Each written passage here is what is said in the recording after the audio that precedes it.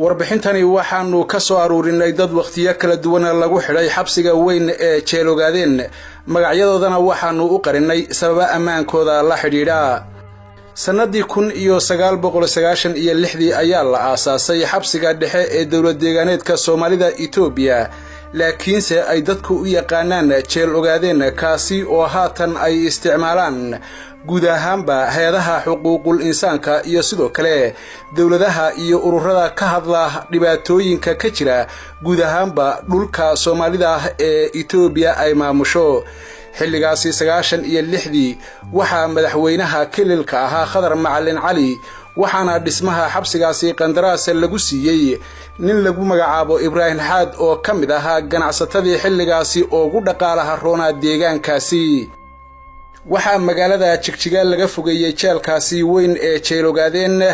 xilligaasi 96 ahayd 5 ilaa 6 kiiloomitir waxaana uu ku beegan yahay dhinaca qorax ka soo baxa ee toga faafaneed laakiinse hadda magaalada Jigjiga ayaa fiday oo gabi ahaanba waxa ay dhaaftay jeelkaasi iyo waliba deegaamadii ku xeeraa waxaana la oran karaa waxa haatan jeelogaadeen uu ku yaala bartamaha magaalada Jigjiga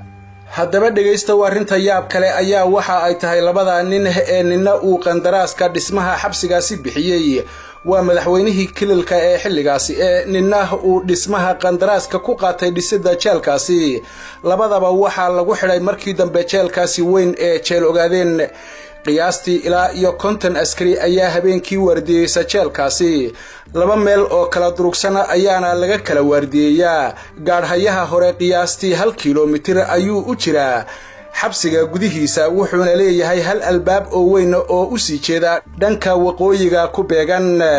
haddaba maxay kala yihiin qaybaha jeelkaasi wuxuu u qaybsamaa jeelkaasi 3 qaybood oo ragga loogu talagalay iyo 3 qaybood oo dumarka loogu talagalay qaybta ugu hooseysa waxa lagu xidhaa dadka lagu soo qabto jabhadda ONLF in ay ka mid yihiin ama ba taageersan yihiin waana meesha ama qaybta ugu xun dhinaca ciqaabta marka la fiiriyo jeelkaasi iyo waliba ku jiridiisa qaybta dhaxana waa qaybta lagu xidho dadka rajada leh ee la aaminsan yahay in mar uun ay ka bixi doonaan xabsigaasi qaybta saddexaadna waxa lagu xidhaa siyaasiyiinta ganacsatada xubnaha maamulka ka soo shaqeeyay iyo waliba duqeyda waxaana ku yaala qaybtaasi meel yar oo masaajid ahaana oo lagu tukado dadka ka soo baxay xabsigaasi waxa ay sheegeen in halkii qol lagu xareeyo ilaa iyo 800 oo qof arrintaasi oo ah mid maskaxda amaba maanka caafimaadka qaba ka weyn xataa dhulka halta ka oo banaan lagama helo gudaha jeelkaasi sida ay cadeeyeen dhibanayaashaasi magacyadooda aan u qarinay sababaha ammaanka dartooda waxaana arrintaasi ay noqonaysaa mid kamida masiibooyinka ugu waaweyn ee dunida guudkeeda maanta ka jira qaybaha dumarka ayaguna waa la mid kiisaska qaar xataa waxa la sheegay in dumarka caruurtooda lala xidhi jiray 7 sano ee aanu soo dhaafnay ma jirin maxbuus ay eheladiisu booqdeen horaantii toddobaadkii aan soo dhaafnay ayaa markii ugu horeysay loo fasaxay tiro cayiman oo dad ah in ay booqdaan dadkooda jeelkaasi jeel ciqaabeedka ku jiray muddada dheer wali warbixinteena ayaynu ku guda jiraa ee sanadii 2013 maxaabiistii xilligaasi xabsiga ku xidhnayd waxay sheegeen in maamulka bakoorada looga soo iibin jiray fooq dheere halka lagu magacaabo oo isla magaalada Jigjiga gudaheeda ah kadibna ay maxaabiista ku amri jireen in ay iyagu isku garaacaan haddii ay diidaan waxa lagu dalban jiray rag u diyaarsanaa in ay garaacista maxaabiista fuliyaan saacad kaste xilligaasi waxa loo yaqaanaa sida ay xaqiijiyeen maxaabiistii waagaasi xabsiga ku xidhnayd xilligii geerida iyo garaacista haddaba xilliyadii sanadahaasi ka dambeeyay ee aadka loo ugaarsan jiray mas'uuliyiinta ONLF iyo waliba xubnaha jabhadda ayay maxaabiistu sheegeen in maamulka xabsiga uu soo rogay in cunnada iyo biyaha laga jira gabi ahaanba maxaabiista waxaana 24 saac la siin jiray cunno hal mar oo qur ah ku filan taasi oo ahayd canjeera xabashi ama canjeerada loo yaqaano daafida oo la mariyay wax ay ku sheegeen widi inta la xaqiijiyay 18 ruux ayaa markii la soo daayay ee biyo ay afka saareen ay naftu ka baxday amaba isbitaal loola cararay taasi oo markhaati cad ka ah dhibaatadu heerka ay gaarsiisan tahay iyo ciqaabta naxariis darrada ah ee dhibanayaasha jeelkaasi ku jira lagula dhaqmi jiray sheekooyinka naxdinta leh ee maxaabiistu ka sheekeeyeen waxaa ka mid ah gidibka ama biyo xidheenka halka loo yaqaano oo ah meel biyo xidheen ah oo ku taala duleedka magaalada Jigjiga waxaana biyo xidheenkaasi la dhisay xilligii uu dalka Itoobiya maamulayay Mengistu Haile Mariam ujeedada goobtaasi loo dhisay ama biyo xidheenkaasi loo sameeyayna waxa ay ahayd arrimo la xiriira dhinaca tacbashada beeraha balse markii dambe waxa ay noqotay goob dadka lagu xasuuqo laguna ciqaabo dhibanayaasha ku jira jeelkaasi weyn ee jeel ogaadeen arrinta kale ee naxdinta leh ayaa waxa ay tahay bisha ugu qabow sanad walba ayaa dadka inta la aruuriyo halkaasi lagu guri jiray waa biyo xidheenka weyn ee Jigjiga duleedkeeda ku yaala ee dadka halkaasi la geeyay waxa ay u badnaayeen dad looga shakisanaa in ay xubno ka yihiin ururka loo yaqaano Al-Shabaab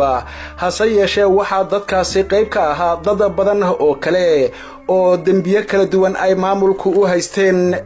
haddaba noocee ayuu ahaa jirdilka iyo weliba ciqaabta loo geysan jiray maxaabiista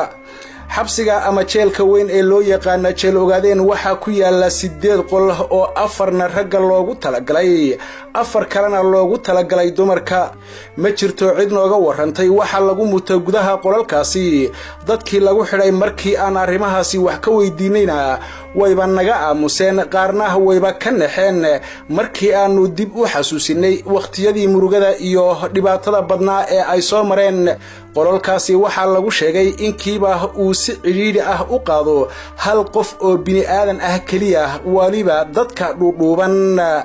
arrinta xusida mudan ayaa waxa ay tahay qofka kaliya ee naga ogolaaday in aan magaciisa sheegno waa Suldaan Fawsi Suldaan Maxamed Suldaan Cali oo xabsiga ku xidhnaa muddo dheer wuxuuna noo sheegay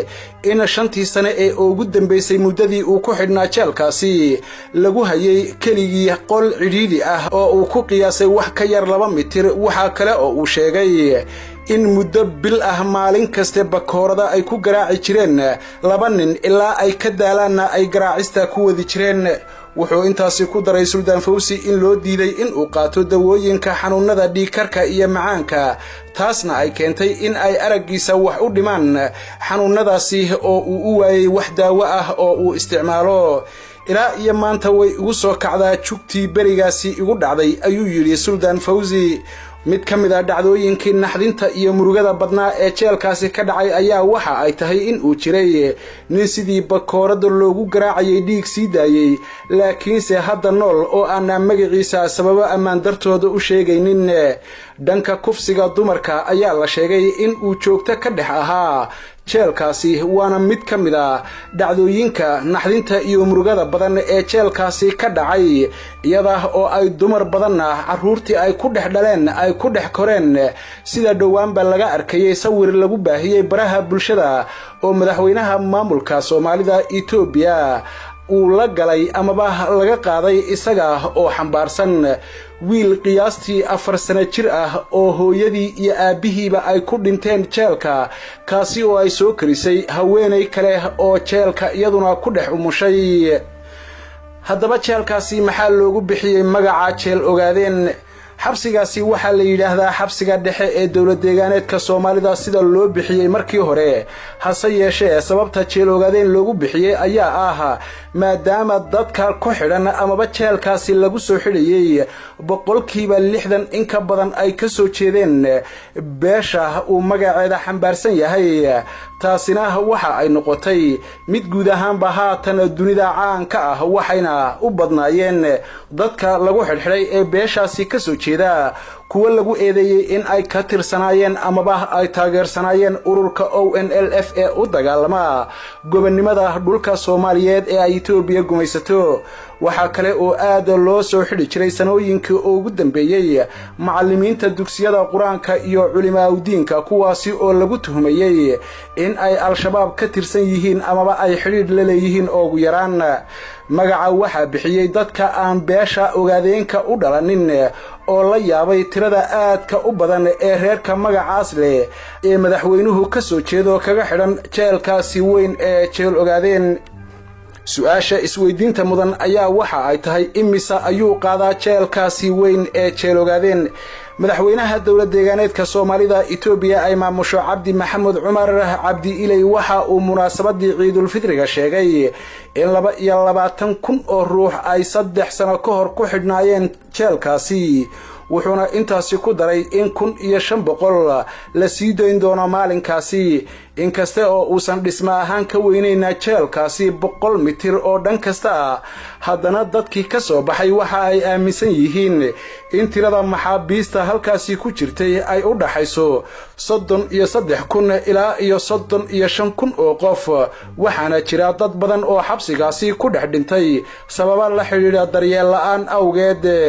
toddobaadyadii u dambeeyay sida laga soo xigtay maamulka deegaankaasi waxa aad loo hadalhayay in laga dhigayo xabsigaasi weyn ee jeel ogaadeen masaajid, laakiinse weli dad aan tiradooda la ogeyn ayaa ku jira sida ay xaqiijinayaan ila xogogaal ah oo ku sugan magaalada Jigjiga. su'aasha isweydiinta mudan ee ka guuxaysa madaxa qof kaste oo arrinta jeelkaasi la socda ayaa waxa ay tahay haddii masaajid laga dhigo jeelkaasi jeel ogaadeen miyuu ka hadhi doonaa magacaasi u baxay xabsiga